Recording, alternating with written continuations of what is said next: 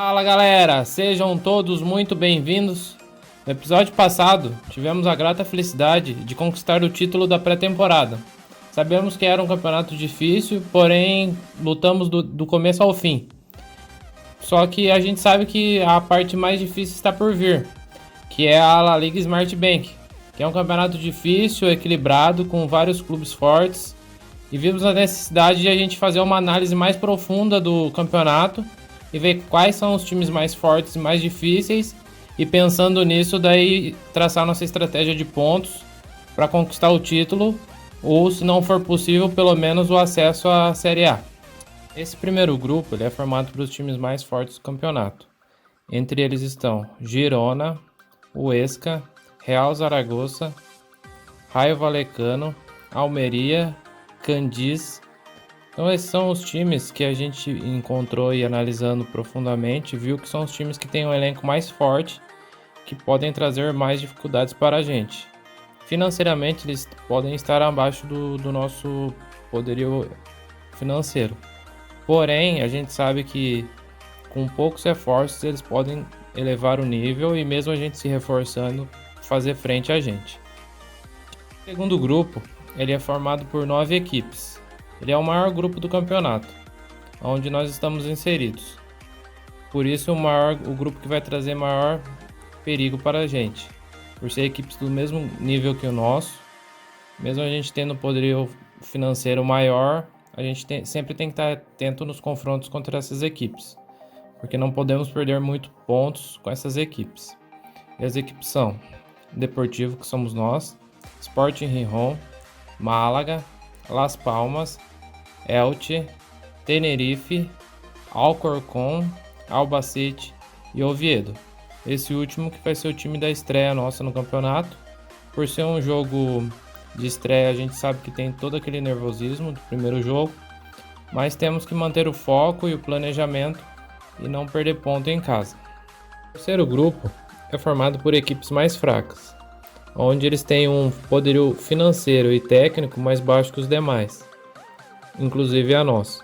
São equipes que não podemos perder pontos, tanto dentro quanto fora de casa. A gente tem que ter 100% de aproveitamento, porque provavelmente vão ser equipes que vão sempre estar brigando lá embaixo na tabela. Então são equipes que vão jogar a vida todos os jogos que jogarem contra nós. Então temos que ter o máximo de atenção. Caso a gente poupe algum jogador, o jogador tem que entrar com o máximo de vontade para suprir o que está sendo substituído. Então as equipes são Ponferradina, Extremadura, Mirandes, Fuenlabrada, Numancia, Lugo e Racing. Racing foi o time que a gente identificou que é o mais fraco, tanto em elenco quanto em investimento financeiro.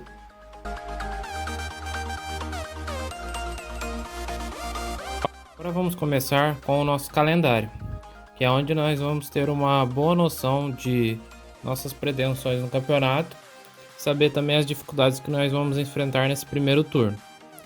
Primeiro, nós iniciamos em agosto com 2 jogos. O primeiro é contra o Oviedo, a gente joga em casa, então a gente planeja uma vitória, que é nada mais que obrigação nossa começar o campeonato com tudo, já vencendo. Após isso, a gente enfrenta o Huesca, fora de casa, que é um time que está acima de nós nos grupos de times no campeonato, então a gente imagina que a gente pode só ter um empate. Sendo assim, a gente encerra o mês de agosto com uma vitória e um empate. Nós iniciamos o mês de setembro, jogando contra o Rayo Vallecano, fora de casa. É uma equipe que está acima da gente nos grupos de times do campeonato, então a gente acredita que por ser fora de casa a gente possa ter uma derrota. Passando o Rayo Vallecano, no outro final de semana a gente joga contra o Albacete, em casa. Então a gente planeja ter uma vitória contra eles. Passando o Albacete, a gente vai pegar depois de uma semana o Sporting Gijón, fora de casa. Por ser um time forte também, equiparado ao nosso, a gente planeja ter um empate contra eles. Após isso, a gente na mesma semana, na quarta-feira, joga contra o Numancia em casa. Em casa a gente sabe que a gente não pode brincar, ainda mais um time como o Numancia, que está abaixo da gente. Então a gente planeja ter uma vitória. Passando isso, no final de semana, no sábado, dia 21, a gente joga contra o Candis fora de casa. Então a gente sabe que o Candis é um time forte, uma equipe muito bem qualificada. A gente planeja ter um empate contra eles. Passando o Candis, a gente acabou de passar uma maratona de jogos nessa semana, né? A gente descansa uma semana e joga no outro final de semana contra o Mirantes em casa.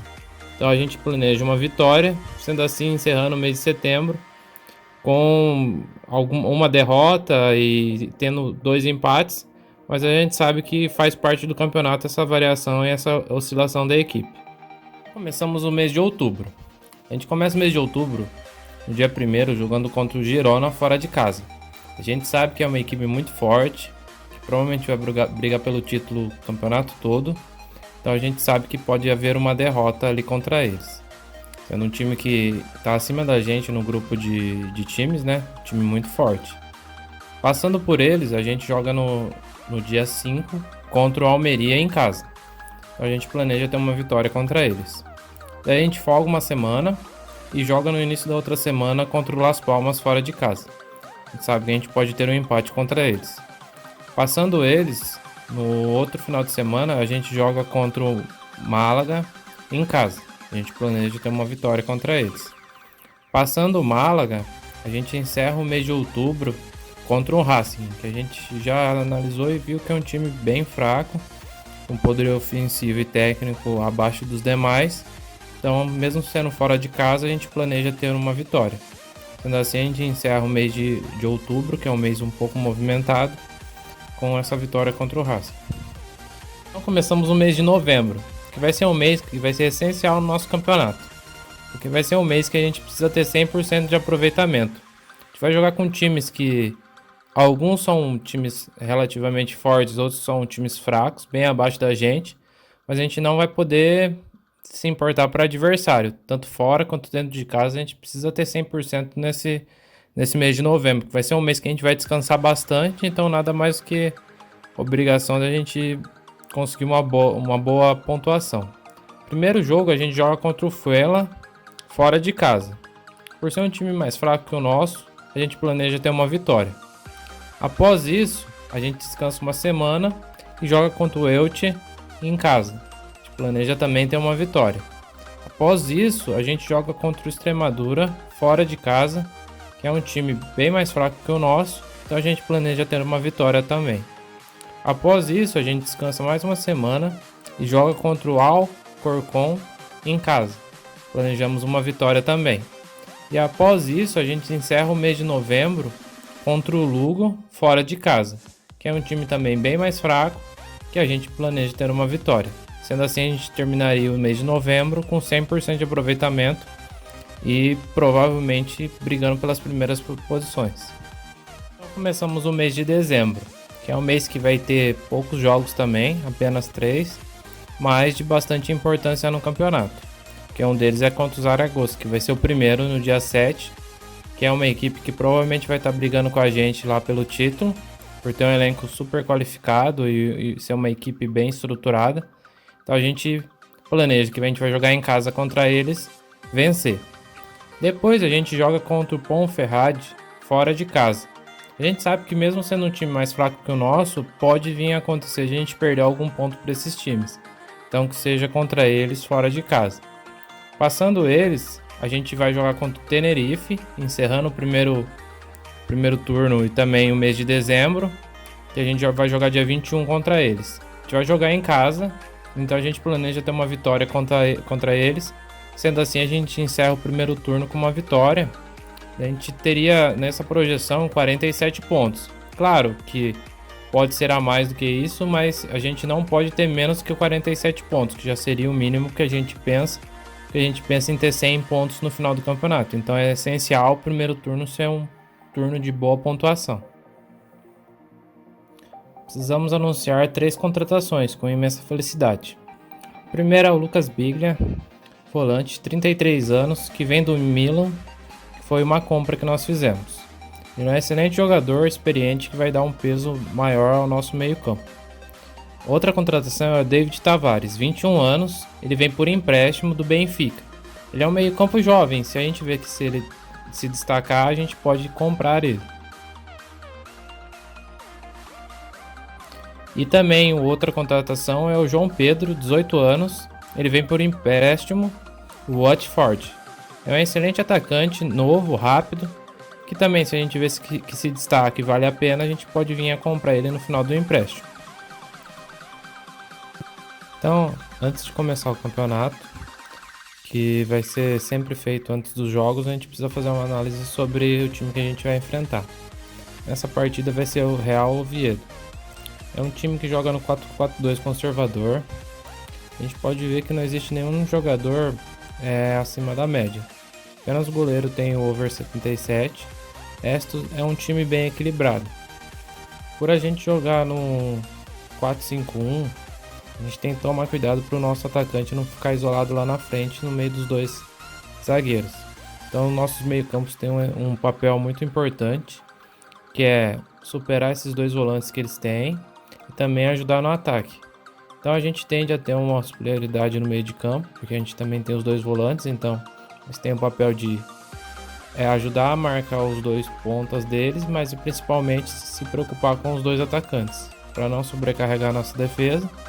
Sendo assim, a gente tem de tudo para superar esse time. Mas é claro, tomando os cuidados durante o jogo, não subindo demais com os laterais, a gente tem tudo para sair com a vitória. Para essa grande estreia, teremos duas grandes novidades: Lucas Biglia no meio-campo e João Pedro no banco de reservas.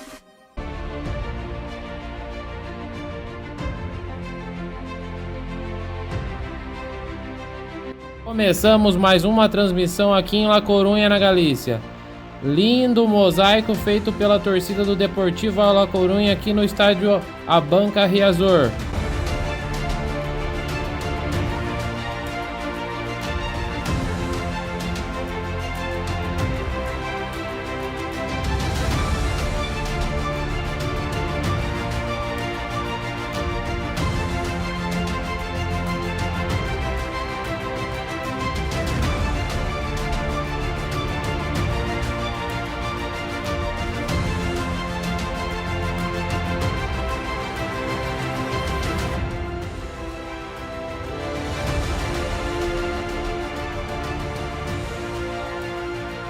Recebeu a bola, carregou a bola para Bóveda. Bóveda tocou para Molerro. Alex Teixeira lançou Kolak, tira a zaga.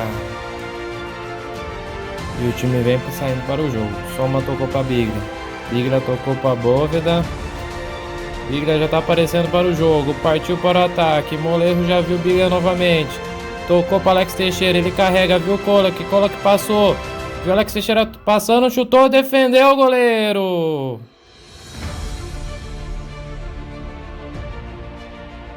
Alex Bruno ganhou de cabeça. Lucas Biglia protege a bola. Toca para Kolak, que viu Alex Teixeira. Alex Teixeira segura. Viu o Kolak passando, chutou. Pega na zaga, é escanteio. Tá todo mundo na área para cobrança do escanteio. Cobrou, tirou a zaga. Angel Gomes recebeu, Polo chutou, defendeu o goleiro. Alex Bruno rouba a bola, tocou para Alex Teixeira, bateu no cantinho, defendeu o goleiro. Termina o primeiro tempo com uma excelente atuação da equipe do Deportivo. Atacando a todo momento, não se intimidou com a equipe adversária e partiu para cima. O goleiro adversário pode ser considerado o melhor jogador em campo. E a equipe, para manter o ímpeto, precisa de alguns ajustes. Djalminha vai fazer duas modificações. O Angel Gomes troca de lugar com o Kolak e o Alex Bergantinhos dá lugar para o Aket. O meio-campo com maior qualidade, que vai entrar ali como segundo volante para dar uma saída de bola com maior qualidade. E partimos para cima no segundo tempo. Jimmy recebeu a bola, carregou, lançou para Sangalli. Sangalli cruzou na área, Ortuno cabeceou, a bola pegou na trave e quase gol! A equipe do Deportivo precisa reagir.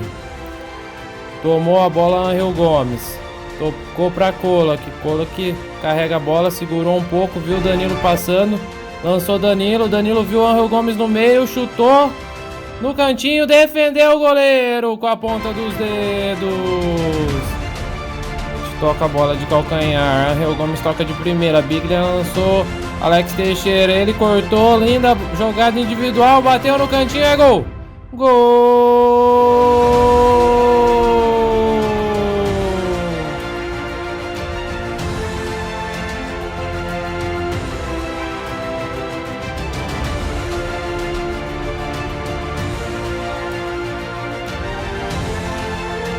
E após um lindo gol de Alex Teixeira, Djalminha para a partida e vai fazer duas substituições na equipe. Sai Colac para a entrada de Merino e sai Molerro para a entrada de João Pedro. Porque os dois pontas são dois jogadores que marcam bastante e atacam bastante também. Então, para manter a intensidade da equipe, ele faz essas duas substituições. A equipe do Oviedo vem para cima. Baldé recebe. Jimmy tocou oportuno. Deu lindo chapéu, bateu, é gol. Gol da equipe adversária e um golaço, diga-se de passagem.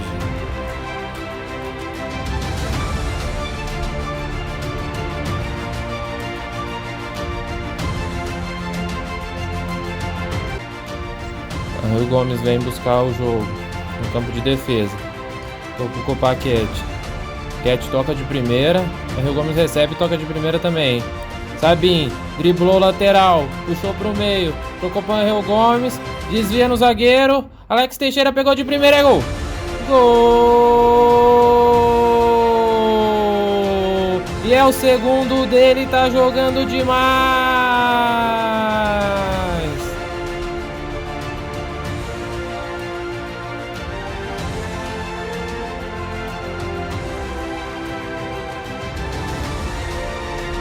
Recebeu, tocou para Sabin, segurou, tocou para Angel Gomes. Angel Gomes ganhou da marcação, carregou, bateu, desviou no zagueiro e para fora, quase o terceiro gol.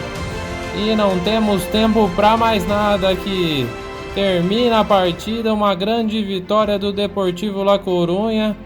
Djalminha comemora mais uma vitória.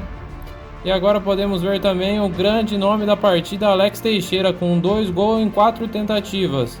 Foi o nome do jogo, rapaz.